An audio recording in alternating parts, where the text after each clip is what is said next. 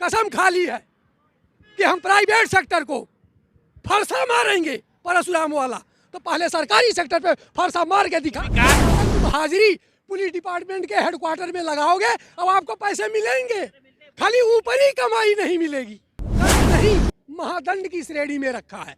अगर महादंड की श्रेणी में रखना ही चाहती है सरकार, तो खाली इनको नहीं, सबको क्यों नहीं, प्राइवेट सेक्टर को सुधारने की जरूरत नहीं होगी। ये हमारा संबोधन मोदी तक पहुंचाने की जरूरत। सुधरे रहेंगे, हमारे पदाधिकारी सुधरे रहेंगे, तो प्राइवेट सेक्टर अपने आप सुधरेगा। ड्राइवर भीड़ में से कूद करके अपनी जान बचा के ना भागे, तो पब्लिक उसे छोड़ देगी क्या?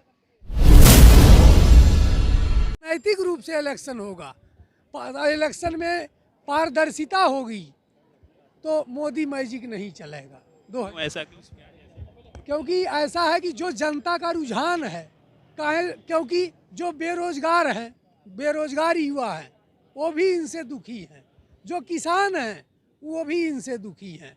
जो शिक्षा क्षेत्र में काम कर रहे हैं वो भी इनसे दुखी हैं। प्राइवेट सेक्टर में जो काम कर रहे हैं वो भी इनसे दुखी हैं इस सरकार से। इसलिए जो शिक्षा मित्र हैं वो भी इनसे दुखी हैं। कह तो रहे हर जगह खुशहाली है, कहाँ दुखी है? कोई दुख नहीं है। हाँ, इनसे जो है सुख मिला है और दिल खुश हुआ है। किन लोगों का? वो हुआ है जिनको हिंदू राष्ट्र चाहिए, जिनको मतलब कि जातिवाद चाहिए, जिसको धर्म और संप्रदाय चाहिए, वो लोग खुश हुए हैं। लेकिन जिनको रोजगार चाहिए, जिनको अच्छी शिक्षा चाहिए, जिनको अच्छी फैसिलिटी चाहिए, डेवलपमेंट चाहिए और ट्रांसपोर्ट अच्छा चाहिए, वो लोग खुश नहीं। रोजगार भी तो दे रहे हैं मोदी जी। कितना रोजगार दिए हैं मोदी जी? अभी निकला यूपी में। हम कह रहे हैं रोजगार मोदी जी का और ख़त्म हो रहा है। अभी इनका नया एक प्रोसीजर आया है, हिट एंड रन वाला, आपके मीडिया में पता ही होगा।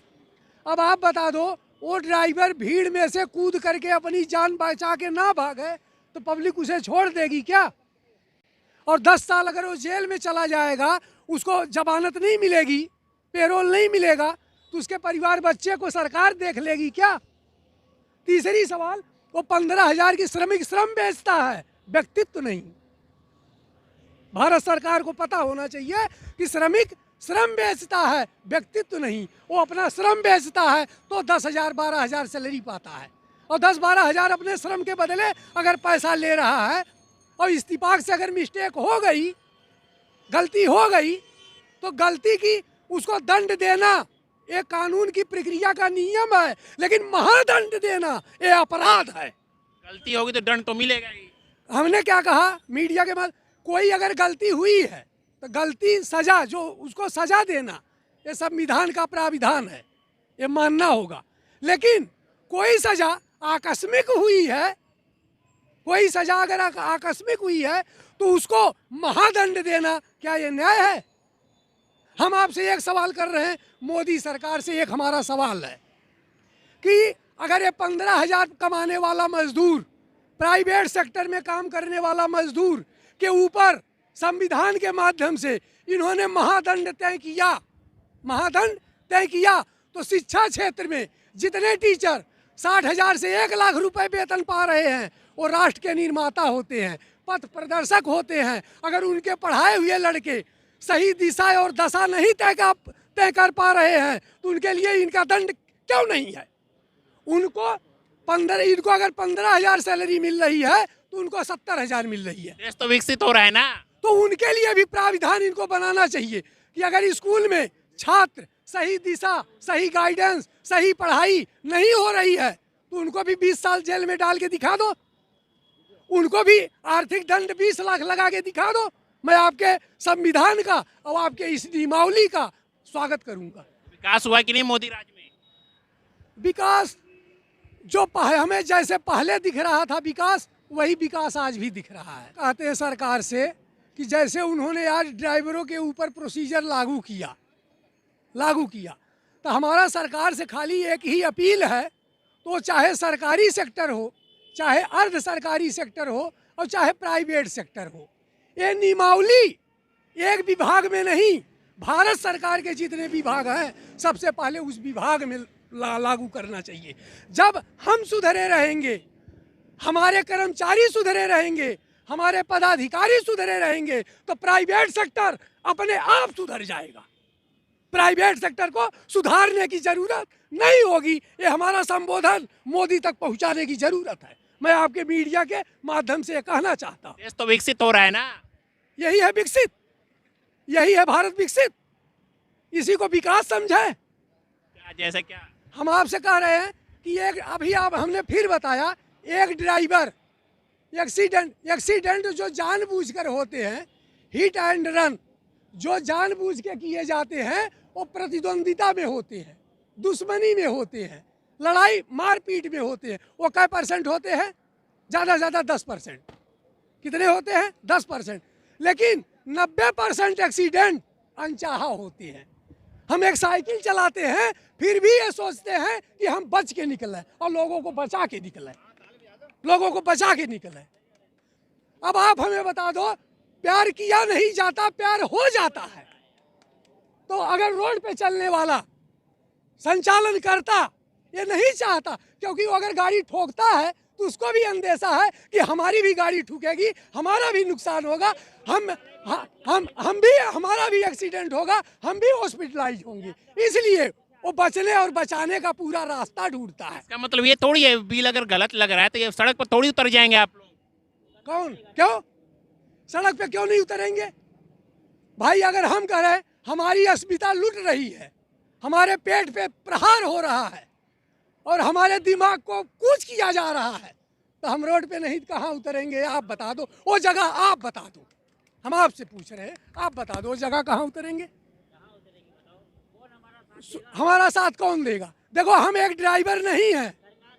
आपके सुन लो, आपके मीडिया के माध्यम से मैं पूरे देश को आश्वस्त कर देता हूं कि मैं एक ड्राइवर नहीं हूं, मैं एक मजदूर हूं। लेकिन हमारा खाली सरकार से इतना कहना है कि जो इनको दंड नहीं, महादंड की श्रेणी में रखा है। अगर महादंड की श्रेणी में रखना ही चाहती है सरकार, तो खाली इनको नहीं, सबको क्यों नहीं? ये हमारा सवाल। सबको मतलब किसको? माने जो लोग निर्माण विभाग है, जो बिजली विभाग है, जो ट्रांसपोर्ट विभाग है, जो शिक्षा विभाग है, जो स्वास्थ्य विभाग है, भारत सरकार के जितने विभाग हैं, सबको महादंड। और उनको ये निर्देश जारी होना चाहिए कि अगर गलती हुई, अगर किसी एक डॉक्टर द्वारा गलत इंजेक्शन देने से, गलत दवा देने से कोई मरीज मरता है, तो उसको 20 साल सजा होगी और 50 लाख रुपए जुर्माना होगा। ये क्यों नहीं है अब तक? पहले हम सुधरेंगे, हमारे मंत्री सुधरेंगे, हमारे उच्च पदस्थ अधिकारी सुधरेंगे, तब हम गरीब जनता को सुधारेंगे।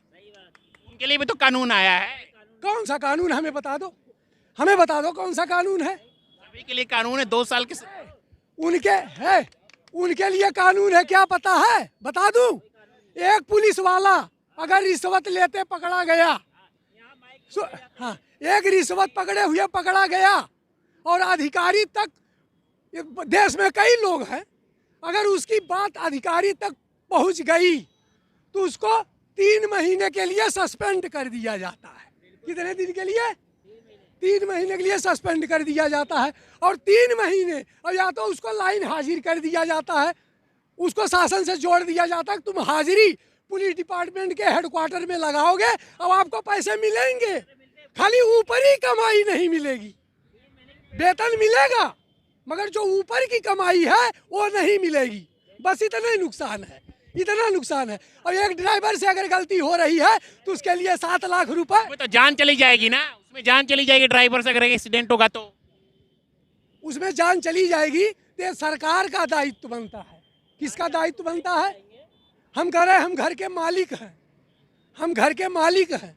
अगर हमारे घर का, परिवार का कोई सदस्य कहीं अपराध किया, अप्राकृतिक काम किया, अनैतिक काम किया, तो उसको समझाना, उसको गाइड करना, उसको मेंटेन करना। और अगर अपराध की श्रेणी में आ रहा तो समय पे अपराध भी देना जरूरी है। लेकिन मृत्युदंड की सजा देना गलत है।